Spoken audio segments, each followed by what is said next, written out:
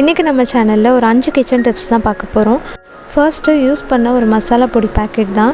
இதில் இன்னும் கூட கொஞ்சம் மசாலா இருக்குது. ஒரே பாக்ஸில் எல்லா மசாலா பேக்கெட்ஸும் வைக்கிறதுனால அது சிந்தாமல் இருக்கிறதுக்கு இது மாதிரி சீல் பண்ணி வச்சுக்கலாம். ஃபஸ்ட்டு ஒரு கத்தியை எடுத்து கேஸ் அடுப்பில் லைட்டாக காமிச்சிட்டு இது மாதிரி 2 பக்கமும் கோடு போட்டு விட்டுருங்க.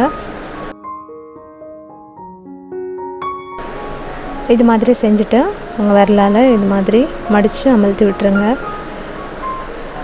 ஒரே டப்பாவில் எல்லா மசாலாவும் வைக்கிறவங்க இந்த மாதிரி சீல் பண்ணி வச்சுக்கலாம், சீக்கிரம் வண்டு வராமல் இருக்கும்.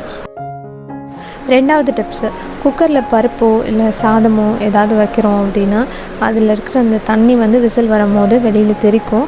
அப்படி தெறிக்காமல் இருக்கிறதுக்கு இந்த மாதிரி ஸ்டாண்ட் போட்டுக்கோங்க. அது தெரிச்சிடுச்சுன்னா பக்கத்தில் இருக்கிற அடுப்பு, பக்கத்தில் இருக்கிற பாத்திரம் எல்லாமே வீணாக போயிடும். அதனால் இந்த ஸ்டாண்ட் போட்டுக்கிட்டிங்கன்னா தெறிக்காமல் இருக்கும். 3வது டிப்ஸு, இந்த பூ ஒரு வாரமாக பறித்து சேர்த்த பூ.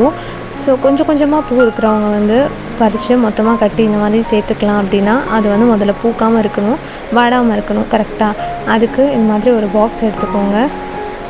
எடுத்துகிட்டு நியூஸ் பேப்பர்னால் மடித்து இது மாதிரி பேக் சைடில் வச்சு அந்த ஷேப் வந்ததுக்கப்புறமா இதை உள்ளே இன்சர்ட் பண்ணிக்கோங்க. இப்படி செஞ்சு நம்ம அதில் பூவை ஸ்டோர் பண்ணி வைக்கும் போது சீக்கிரமாக வாடாமல் இருக்கும். முட்டை பிடுங்கி வைக்கிறீங்கன்னா வேகமாக பூக்காமல் இருக்கும். அடுத்த டிப்ஸ் என்னென்னா, நீங்கள் பருப்போ இல்லை காய்கறி ஏதாவது வேக போடுறீங்க அப்படின்னா அதுக்கு வெளியே தெரிக்காமல் இருக்கிறதுக்கு கொஞ்சமாக நெய் இல்லை எண்ணெய் மேலே சேர்த்துக்கலாம். சேர்த்துட்டு அதுக்கப்புறமா நீங்கள் மூடி போட்டு க்ளோஸ் பண்ணி வைக்கலாம்.